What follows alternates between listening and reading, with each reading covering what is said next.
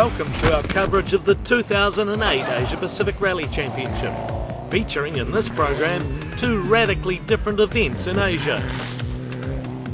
First, we visit the Wet and Wild Rally of Hokkaido in northern Japan, where the drivers wonder if they should be driving boats, not rally cars. 150. And where some competitors find the slippery conditions, well, just too slippery.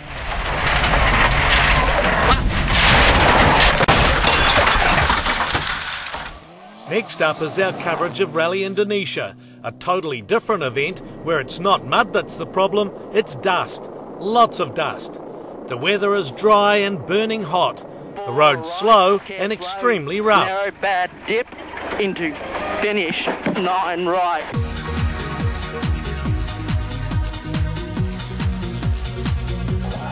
First though, a recap on the Asia Pacific season so far. It started on the Pacific island of New Caledonia, where Japanese driver Katsu Taguchi got his championship off to a great start by winning outright and taking maximum points.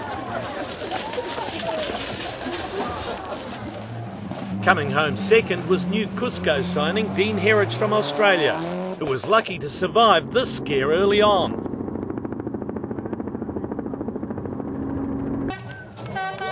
While local man Jean-Louis Leroux finished third. Several of the top runners didn't make it to the finish. Japanese driver Hiroshi Nagasawa crashed off on day 2. And Taguchi's new teammate Australian Scott Pedder suffered the same fate, sliding off and out of second spot.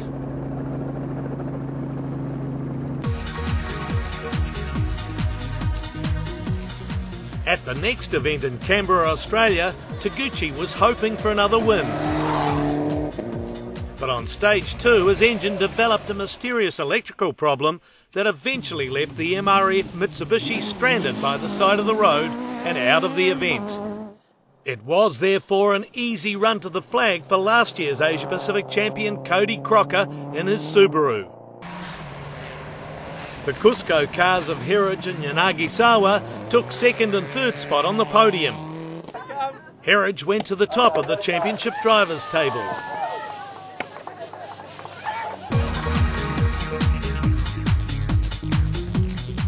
The Rally of Whangarei in New Zealand was next, and on these fast open roads, Crocker in the Motor Image Subaru was unbeatable. Mitsubishi teammates Taguchi and Pedder were second and third.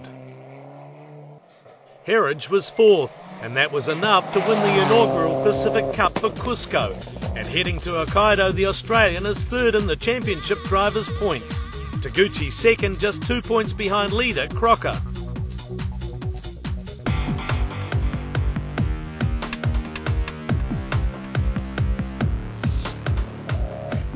Hokkaido in Japan hosts the fourth round of the Asia Pacific Rally Championship, and after the troublesome and super quick roads of New Zealand, Japan's northernmost island offers something completely different.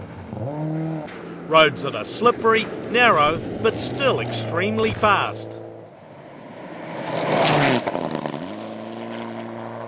Two left narrow.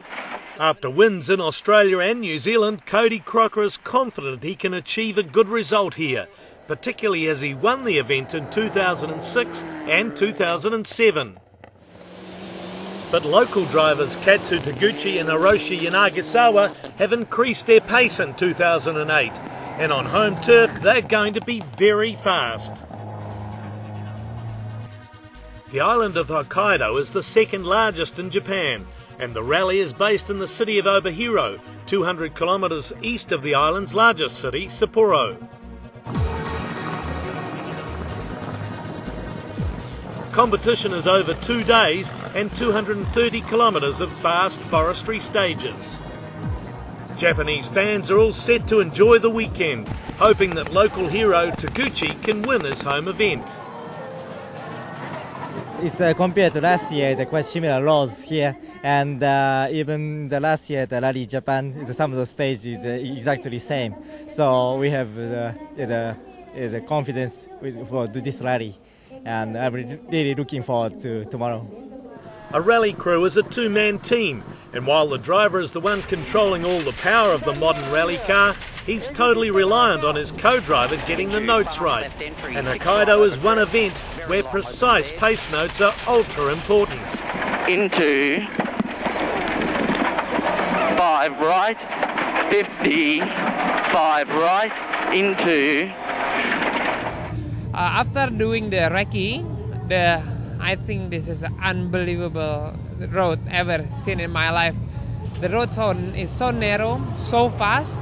We have to make a really precise pace note to keep up the speed. I've never seen anything quite like the roads here. Very, very narrow and very fast. So, and because of the tall grass, you can't see through them. So, you know, pace notes becomes just another huge factor in your performance. The roads are so narrow that it affects how you actually write your notes, and they don't come out quite as well the first pass through a lot of the stages. So, just because the roads are so narrow, you don't get to use the extra road. So the corners appear a bit slower than they are. They call out on the notes, and you go barrelling down these corners and thinking, I can't quite get through these corners very well, and it's a real struggle. So that's the battle. And the weather is going to play its part this year. Rain settling in just days before the start and making the fast tracks treacherously slippery. I have competed in Japan when it's been wet, and it's very tricky. It'll under the trees will be quite slippery, and then you'll go in the open bits and it'll still be quite sort of firm and probably dry up quite quick if it doesn't rain anymore. So it's going to be one of those tough things. You've got to try and pick the conditions that are going to be variable. So I'd much prefer to see it stay dry from here on in, but you know, it's the same for everyone, as they say.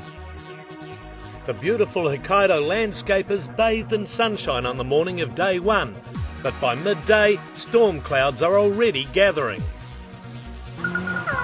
Aussie Cody Crocker is first on the road, and after the short Rikabetsu Stage 1, holds the lead by a third of a second.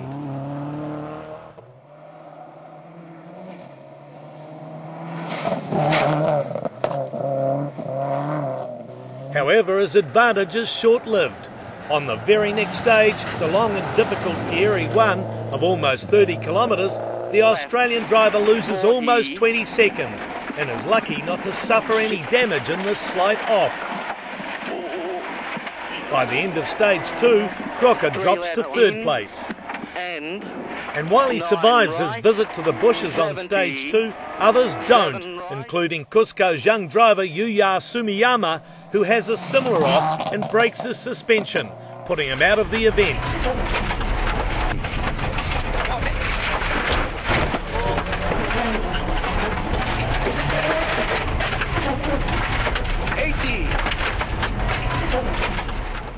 Countryman Takuma Kamada of the Arai Motorsport team is always on maximum attack, and as it's his home event, he's pushing harder than ever. But on the fast, slippery roads, that tactic has its risks, and the Japanese has a huge crash, smashing into a tree and instant retirement. Right short T, Kings 250.